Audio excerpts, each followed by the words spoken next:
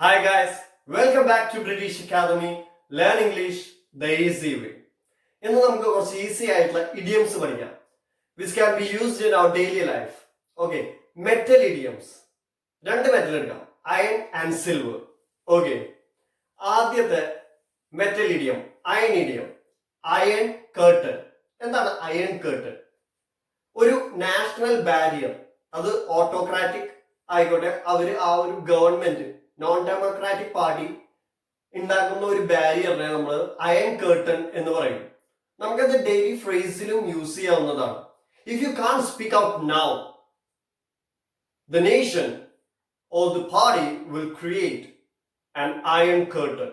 ഇപ്പൊ സംസാരിച്ചില്ലെങ്കിൽ they will just shut your mouth forever എന്ന് നമുക്ക് പറയാൻ പറ്റുന്ന ഒരു ഫ്രേസ് ആണത്, അയൺ കേർട്ടൻ.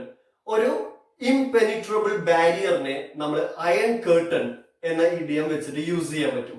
നമുക്ക് ന്യൂസിലൊക്കെ കാണാം, speak out no or you will end up in the iron curtains. അത് നമുക്ക് ടൈറ്റിൽസിലൊക്കെ ഹിന്ദു പേപ്പറിലൊക്കെ നമുക്ക് കാണാവുന്ന ഒരു കോമൺ ഇഡിയമാണിത്. Okay, let's go to the second one. ഇത് ഇത്തിരി കോമിക്കലാണ്. Okay, cast iron stomach. Cast iron stomach എന്ന് പറഞ്ഞു കഴിഞ്ഞാൽ എത്ര വേണമെങ്കിലും ഫുഡ് അടിച്ചു കഴിഞ്ഞാലും വയറിന് പ്രശ്നം വരില്ല എന്ന് പറയൂല്ലോ നമുക്ക്. ഓ, this chili, oh, I can't have it because my stomach will get upset, but my brother can because he has a cast iron stomach. എന്ത് കഴിച്ചു കഴിഞ്ഞാലും ഒരു പ്രശ്നം വയറിന് വരാത്ത ഒരാളെ നമ്മൾ കാസ്റ്റ് അയൺ സ്റ്റൊമക് എന്ന് യൂസ് ചെയ്യാൻ പറ്റും. ഓക്കെ, നെക്സ്റ്റ് വൺ എന്ന് പറയുന്നത് സിൽവർ വെച്ചിട്ടുള്ള എടുക്കാം. ഓക്കെ, ഇത് എല്ലാവർക്കും അറിയുന്ന ഒരു കോമൺ ഇഡിയമാണ്. Silver lining. സിൽവർ ലൈനിങ് നമ്മൾ കേട്ടിട്ടുണ്ട്. അതിന്റെ മോസ്റ്റ് കോമൺ എക്സാമ്പിൾ ആണ് every cloud has a silver lining. Okay, എന്താണ് ഈ സിൽവർ ലൈനിങ് എന്ന് പറഞ്ഞ്? ഒപ്റ്റിമിസ്റ്റിക് ആവുക എന്നുള്ളതാണ് ഇതിന്റെ ബേസിക് തിങ്.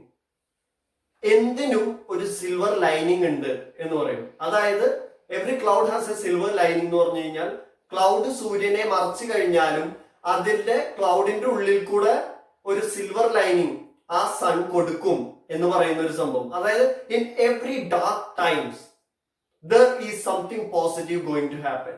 ഒരു മോശം ഡേ ഉണ്ടായി കഴിഞ്ഞു കഴിഞ്ഞാലും നമ്മൾ പറയാണ് ഇതിനും അടിപൊളിയായിട്ടുള്ള ഒരു ദിവസം ഉണ്ടായിരിക്കും നാളെ എന്ന് പറയും. അടുത്തത് എന്ന് പറയുന്നത് പാക്കിംഗ് അയൺ. എന്താണ് ഈ പാക്കിംഗ് അയൺ? നമ്മൾ ഈ ബോളിവുഡ് ആക്ഷൻ ത്രില്ലർ മൂവീസിലൊക്കെ കോമൺ ആയിട്ട് കേൾക്കുന്ന ഒരു സംഭവമാണ്. Hey, did you get the packing iron? Or do you have the packing iron with you? Brother പറയും, yeah, hell I have. Fully loaded എന്ന് പറയും. Let's hit the road and kill some people. Let's show them who's the boss. അങ്ങനെ നമ്മൾ common ആയിട്ട് കേൾക്കുന്ന ഒരു സംഭവമാണ് ഈ പാക്കിംഗ് അയൺ. പാക്കിംഗ് അയൺ എന്ന് പറഞ്ഞു കഴിഞ്ഞാൽ വേറെ ഒന്നല്ല, കൂടുതൽ നമ്മൾ പറയുന്ന സംഭവം ഫയർ ആം. അതായത് നമ്മൾ ഡ്രസ്സില് ആംസ് വെച്ചിരിക്കുക, അത് കയ്യിലുണ്ടോ, തോക്ക് കയ്യിലുണ്ടോ എന്ന് ചോദിക്കുന്നതിന് പകരം did you get the gun, have you got the guns with you എന്ന് ചോദിക്കുന്നതിന് പകരം ഹേ ഹാവ് യു പാക്കിംഗ് അയൺ എന്ന് ചോദിക്കും. അപ്പൊ ഇത് വേറെ ഒന്നല്ല, ആംസ് ഉണ്ടോ കയ്യില്, തോക്ക് ഉണ്ടോ കയ്യില് എന്നാണ് ചോദിക്കുന്നത്. ഓക്കെ, അപ്പൊ അത് ഒരു കോമൺ ആയിട്ടുള്ള സംഭവം. ഇനി അടുത്തതെന്ന് പറയുന്നത് to be born with a silver spoon in. എന്താണ് ഈ to be born with a silver spoon in? അതിന്റെ മലയാളം വേർഷൻ എല്ലാവർക്കും സുപരിചിതമായിട്ടുള്ള ഒരു സംഭവമാണ്. വായിൽ വെള്ളിക്കരണ്ടിയുമായി ജനിക്കുക. ഹൈ, അവനെന്തിനാ പണിയെടുക്കേണ്ട ആവശ്യം? അവനെ വായിൽ വെള്ളിക്കരണ്ടി ആയിട്ട് ജനിച്ചവനാ. അത് എല്ലാവരും കോമൺ ആയിട്ട് പറയുന്ന ഒരു സംഭവമാണ്. To be born to a rich family. ഒരു കാശുകാരുടെ ധനികന്റെ മകനായി ജനിക്കുക, ധനികന്റെ മകളായിട്ട് ജനിക്കുക എന്നൊക്കെ പറയുന്നതിന്റെ ഒരു പോളിഷ്ഡ് വേർഷൻ ആണ് to be born with a silver spoon in. He is born to a silver spoon in. Then why should he be bothered about his studies? He just have to look after his fathers. Okay, അപ്പൊ അങ്ങനെ ഒരു common ആയിട്ടുള്ള സംഭവമാണ് to be born with a silver spoon in. Last one ആണ് to cross palm with silver.